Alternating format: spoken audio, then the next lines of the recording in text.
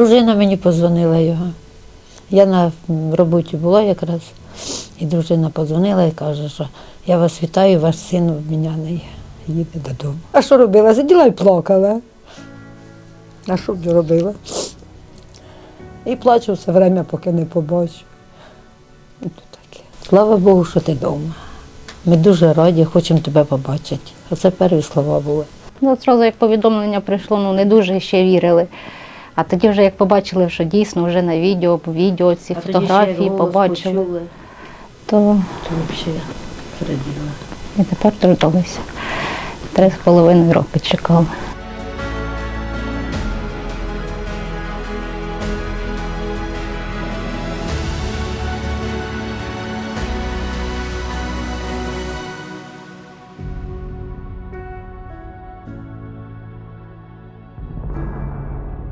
– 12 квітня він потрапив у полон у 22-му році, а 5 лютого 2026 року він тільки повернувся додому.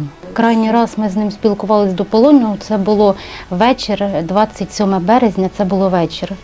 Він написав повідомлення, він відео там скидав, і повідомлення він ото відправив.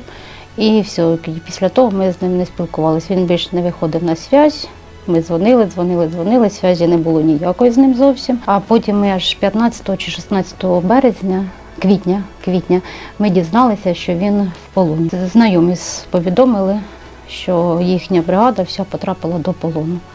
Вони виходили з оточення і потрапили вони до полону. На заводі Ілліча він зразу був, а потім вже ж за зв'язь не виходив, то потім вже ж ми вже не знаємо, де він був до полону. То в нього ротація була в січні місяці. Перед війною він от як попав, і там був аж до полону, він був в Маріуполі. Тяжко розказав, там у них було як ні води не було, нічого, як перед тим, як попали в полон.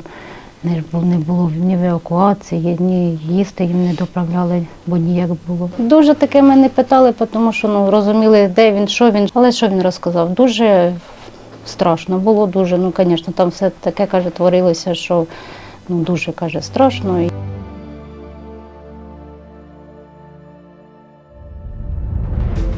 Точної інформації в нас не було, а тоді ж прийшло сповіщення, таке підтвердили, що він знаходиться в полоні. І побратими ще, що і міняли, там же ж перед цим ці года, що міняли, ті, що бачили його, повідомляли, що він там знаходиться, живий, здоровий, що він там знаходиться. Але ж по нашій інформації, то він знаходився в Суходольську. Колонії. Не знали тільки зі слів, де він, зі слів цих хлопців, що були, міняли, зі слів, де він, що він. І що цілий? Да, що цілий, живий, здоровий, да. І чекає, коли повернеться додому. Ми все самі узнавали, все, до нас ніхто з військових не приходить, з воєнкомату ніхто не приїжджав, нічого нам не повідомляли, зовсім нічого не повідомляли. По сповіщення ми їздили самі. Ми їздили самі по сповіщення, я їздила з братом по сповіщення, його дружина подзвонила, сказала, що прийшло, щоб поїхати забрати сповіщення. Взагалі за ці роки ніхто нічого нам не повідомляв. Ми все узнавали самі.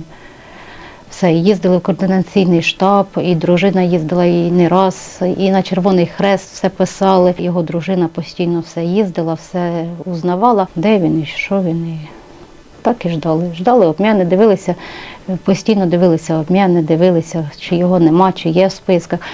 А потім уже у 23-му, по-моєму, чи в 24-му году вже в списках побачили, що виставили його в списках. І потім на російському сайті, в Телеграмі вже його фотографію побачили.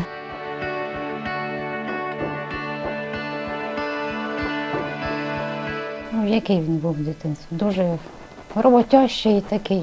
Роботящий, дуже любив і роботу, і всім допомагав. В школу ходив, як всі, закінчив школу. Учитись, звісно, не пішов далі після школи, бо в нього там і ДТП було, і це, і він вчитися не пішов, пішов по роботах, а потім його забрали срочником, і він пішов служити. Разу срочником приймав присягу в Десні, а потім вже ж перевели його в Миколаїв, і так він став морським піхотинцем. І в січні місяці, в 22-му в нього була ротація на Маріуполь.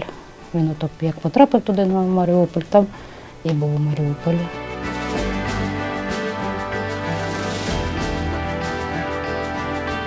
Як його привезли, дали телефон, і тоді він мені зателефонував. А що може дитина одразу мамі сказати?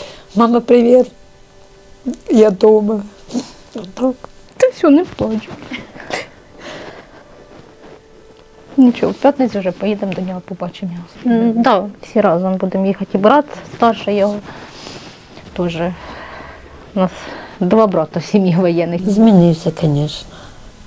Похудав, на ліце видно, що похудав.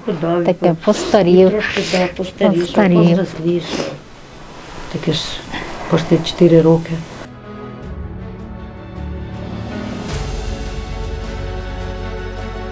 Кожна мати переживала в своїй душі по-разному.